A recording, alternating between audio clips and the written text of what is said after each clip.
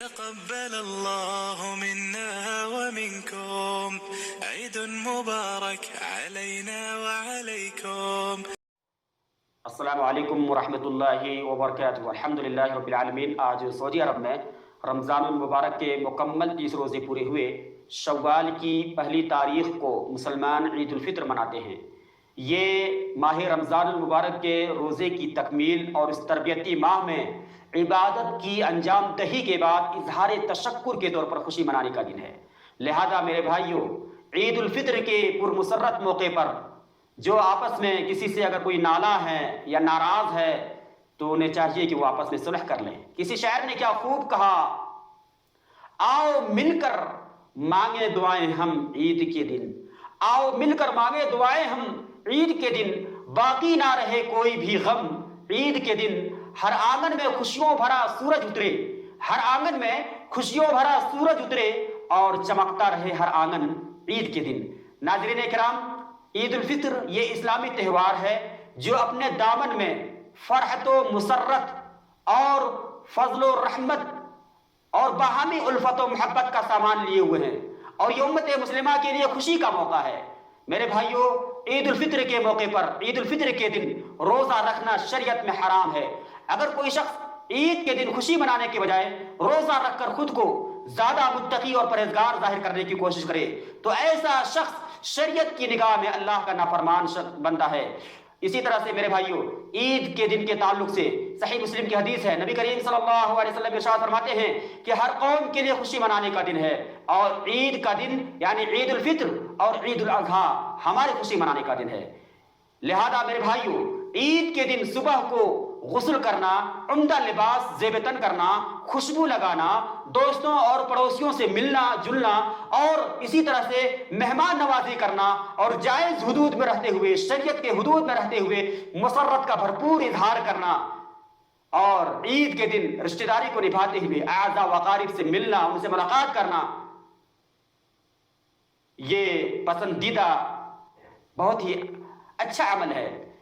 اور اسی طرح سے عید کے دن آپس میں جب ایک دوسرے سے ملیں تو تقبل اللہ منا ومنکم کہیں.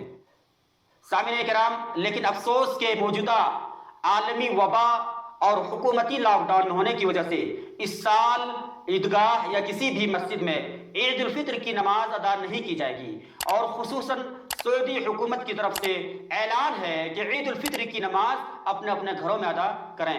اللہ تعالیٰ امت مسلمہ کو اور تمام عالمی انسانیت کو کرونا جیسی مہلک وبا سے محفوظ فرمائے، اور اللہ تبارک و تعالیٰ اس وبا کا خاتمہ جلد فرمائے. لہذا میرے بھائیوں، تمام مسلمانوں کے لیے ضروری ہے کہ نماز عید کا طریقہ اور مسائل کا علم ہو، سیکھے، تاکہ شریعت کے مطابق نماز عید ادا کر سکے. میرے بھائیوں، نماز عید الفطر سے پہلے تاک کھجورے کھانا سنت ہے، یعنی 5 یا 3 یا 5 یعنی بے جوڑ کھجورے کھانا سنت ہے. عید کی نماز کے لیے نہ آذان کہی جاتی ہے، نہ آذان ہوتی ہے، اور نہ ہی اقامت کہی جاتی ہے. صحیح مسلم کی حدیث ہے، جابر بن سمرہ رضی اللہ تعالیٰ عنہ فرماتے ہیں، میں نے ایک دفعہ نہیں بلکہ ایک یا دو دفعہ نہیں بلکہ کئی دفعہ نبی کائنات جناب محمد رسول اللہ صلی اللہ علیہ وسلم کے ساتھ دونوں عیدوں کی نماز بغیر آذان اور اقامت کی پڑھی ہے. سامعین کرام، جس طرح عام نمازیں ادا کرتے ہیں اسی طرح عید کی نماز کا طریقہ ہے. بس فرق صرف اتنا ہے کہ عیدین کی نماز میں زائد تکبیریں ہیں. طریقہ یہ ہے کہ تکبیر تحریمہ کے بعد یعنی اللہ اکبر کہنے کے بعد دعائے ثنا پڑھیں. دعائے ثنا کیا ہے؟ سبحانک اللہم وبحمدک وتبارک اسمک وتعالی جدک ولا الہ غیرک، یا پھر اللہم باعد بینی وبین خطایا. یہ دونوں دعاؤں میں سے کوئی ایک دعا پڑھیں، اور پھر 7 تکبیر زوائد کہیں، اور بعض حدیث میں 6 کا بھی ذکر ہے.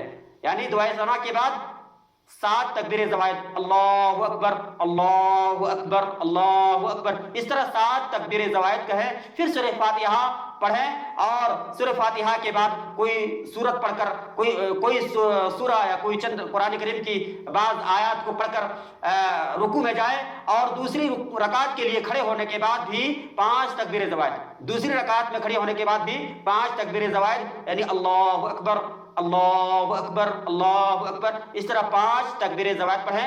پھر سورہ فاتحہ اور اس کے بعد کوئی سورت یا قرآن مجید کی بعض آیت کریمہ کی تلاوت کریں، اور پھر نماز کو مکمل کریں.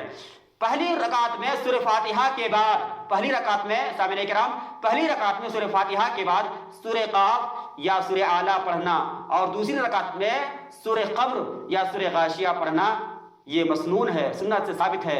اگر یہ صورت یاد نہ ہو تو کوئی بھی صورت یا قرآن کریم سے جہاں سے بھی چاہے، جہاں سے بھی آسان ہو پڑھی جا سکتی ہے۔ اللہ تبارک و تعالیٰ سے دعا ہے بارلا ہم جميع مسلمانوں کی عبادات کو قبول فرمائے، بارلا ہم سبوں کی عبادات، ذکر و اذکار، تلاوت قرآن کو قبول فرمائے۔ جزاکم اللہ خیرا، والسلام علیکم ورحمۃ اللہ وبرکاتہ۔